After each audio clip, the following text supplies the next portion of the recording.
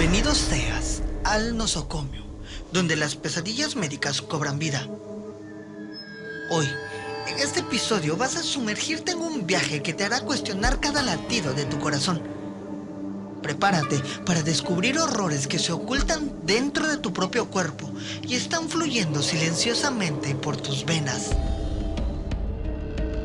Yo sé que después de este capítulo vas a sentir tu pulso de una manera completamente diferente, porque yo soy Eric Urdapilleta, el enfermero maldito, y te doy la bienvenida a tu peor pesadilla médica, porque esta es la sala de emergencias del nosocomio.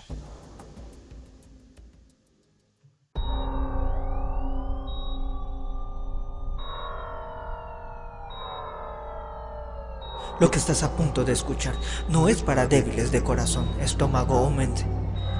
Nosocomio se adentra en las profundidades más oscuras y retorcidas de la medicina, donde la realidad supera tus peores pesadillas. Los casos presentados son reales. Sí, esto le ha pasado a personas como tú, y sí, podría pasarte a ti también. Nosocomio no se hace responsable por los traumas psicológicos, las visitas compulsivas al médico o las crisis existenciales que resulten de este programa. Aún así, ¿te atreves a quedarte? Entonces no digas que no te lo advertí.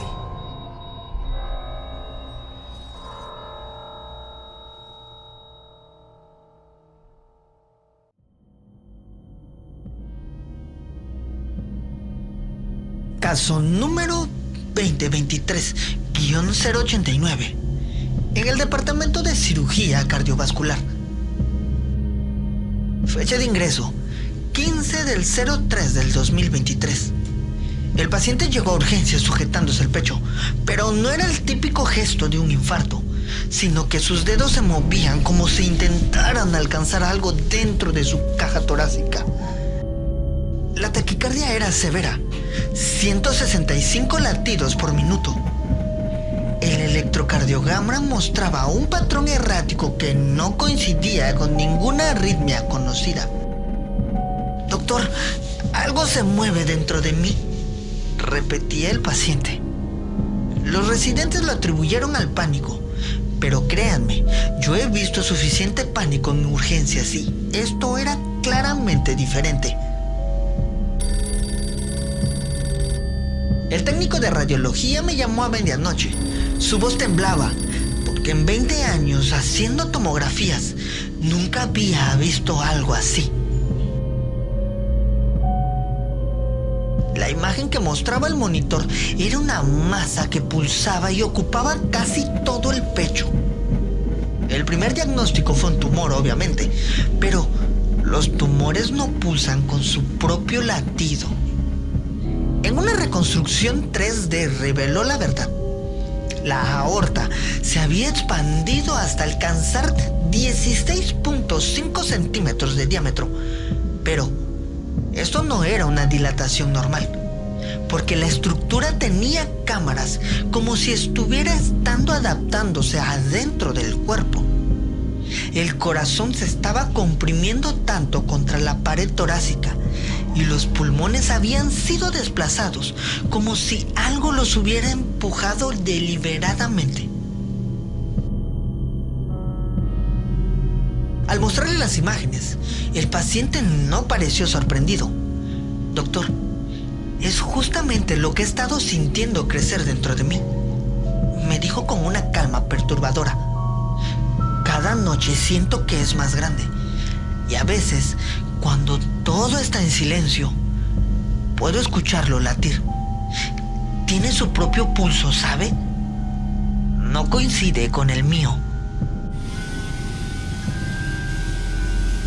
La cirugía comenzó a las 7:30 de la mañana. Al abrir el tórax, el silencio cayó sobre el quirófano.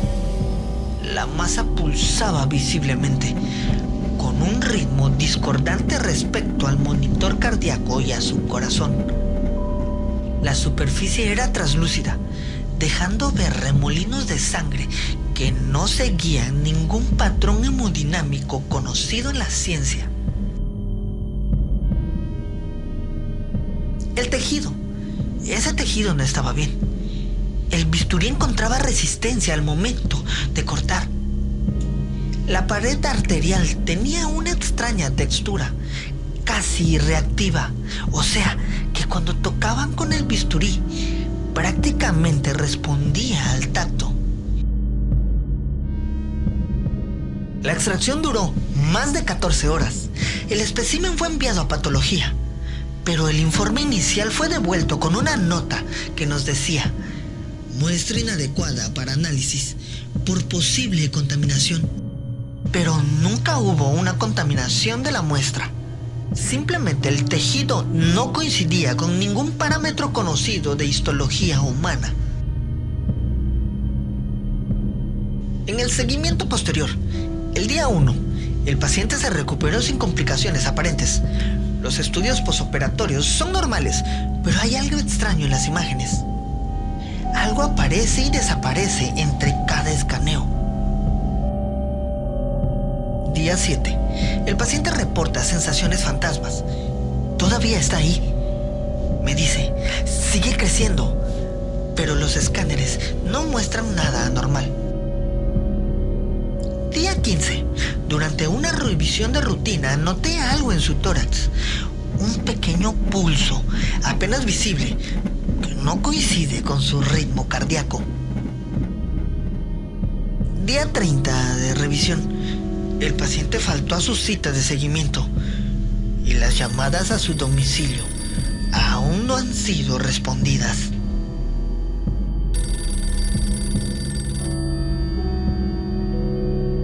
Caso médico 2023 447, Hospital Universitario Infanta Cristina.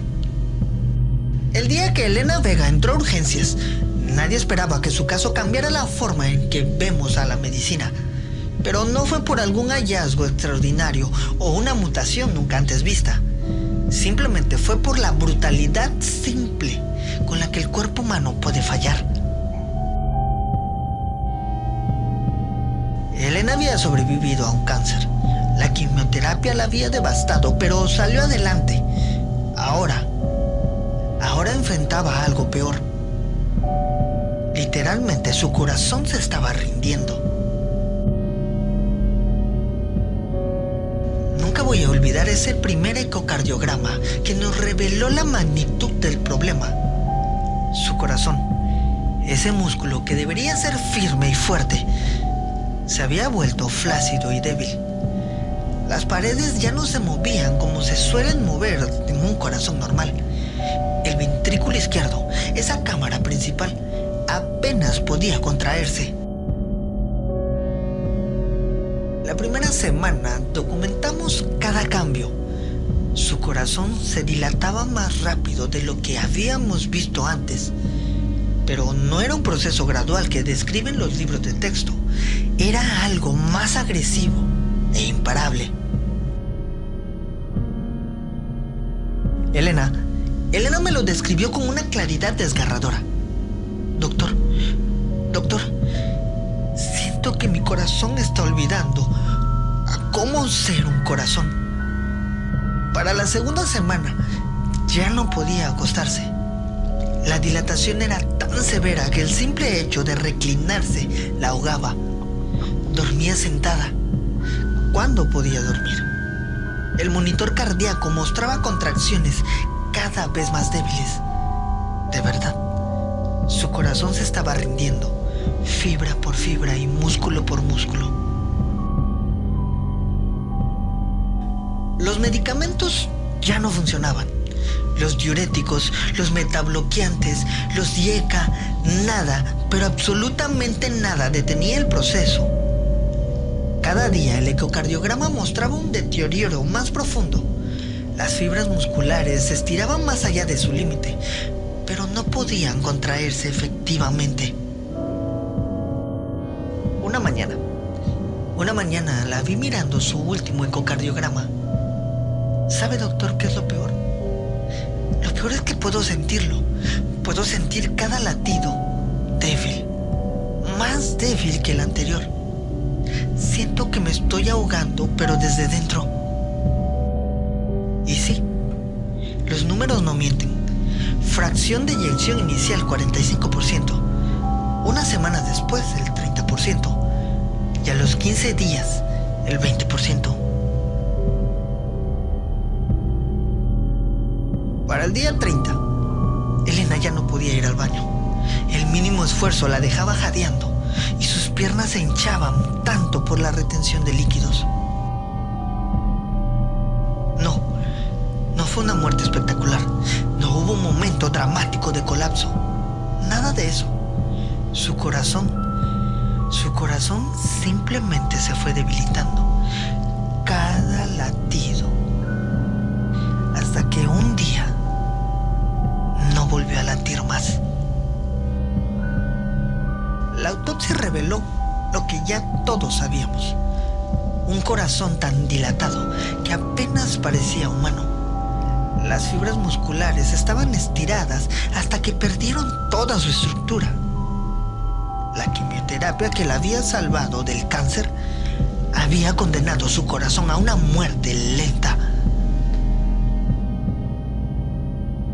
Cuando los residentes me preguntan por qué este caso me afectó tanto, le muestro las ecografías secuenciales. 30 días. Solo 30 días para que un corazón olvide a cómo ser un corazón. Sin dramas, sin misterios. Solo la implacable realidad de un músculo que se rinde.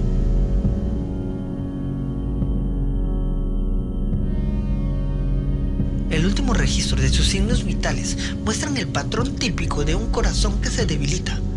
Latidos cada vez más rápidos, pero cada vez más débiles, tratando desesperadamente de compensar su propia insuficiencia, hasta que finalmente se detuvo.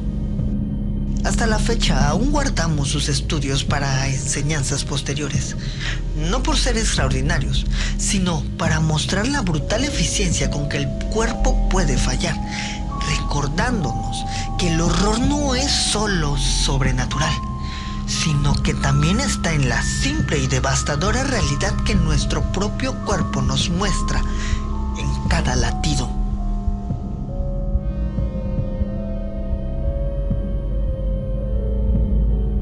Hospital Clínico de Chile. Hay cosas que no tienen sentido en la medicina.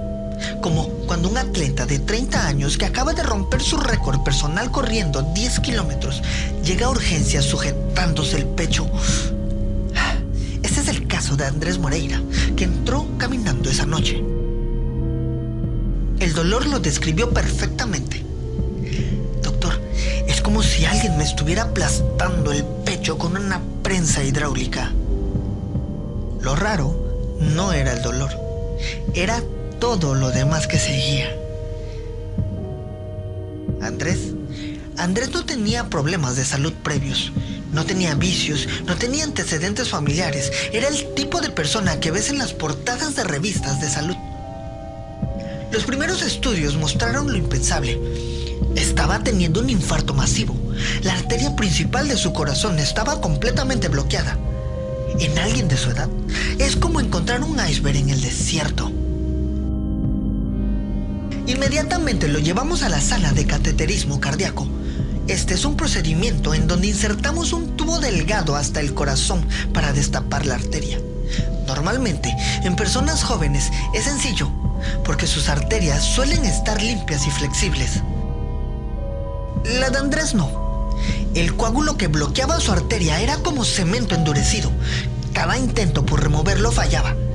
Y mientras luchábamos contra el tiempo, él observaba todo en una pantalla, tan tranquilo, que de verdad daba miedo.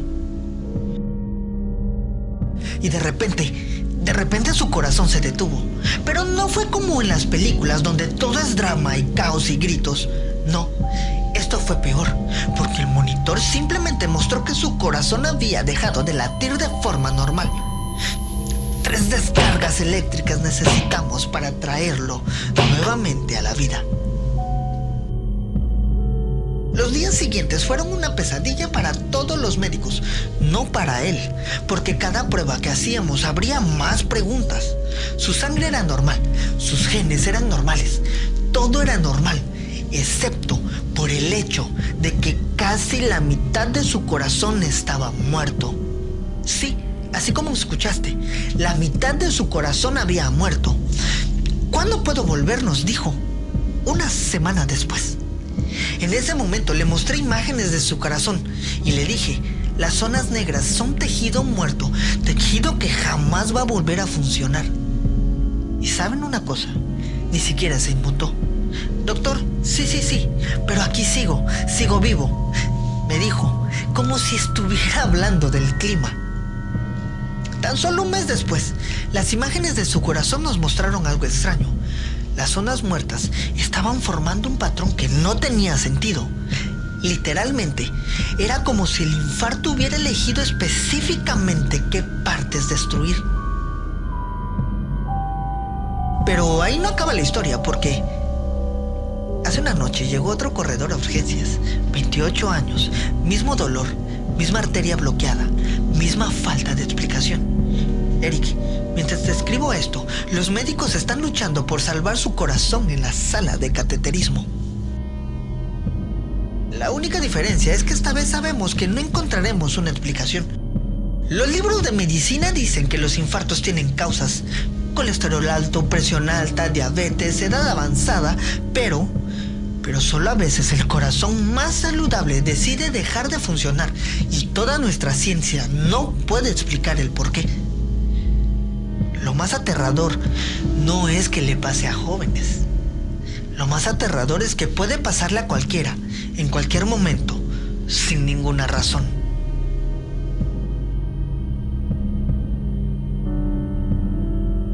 Suscríbete al nosocomio si es que realmente te atreves a mirar la verdad a los ojos.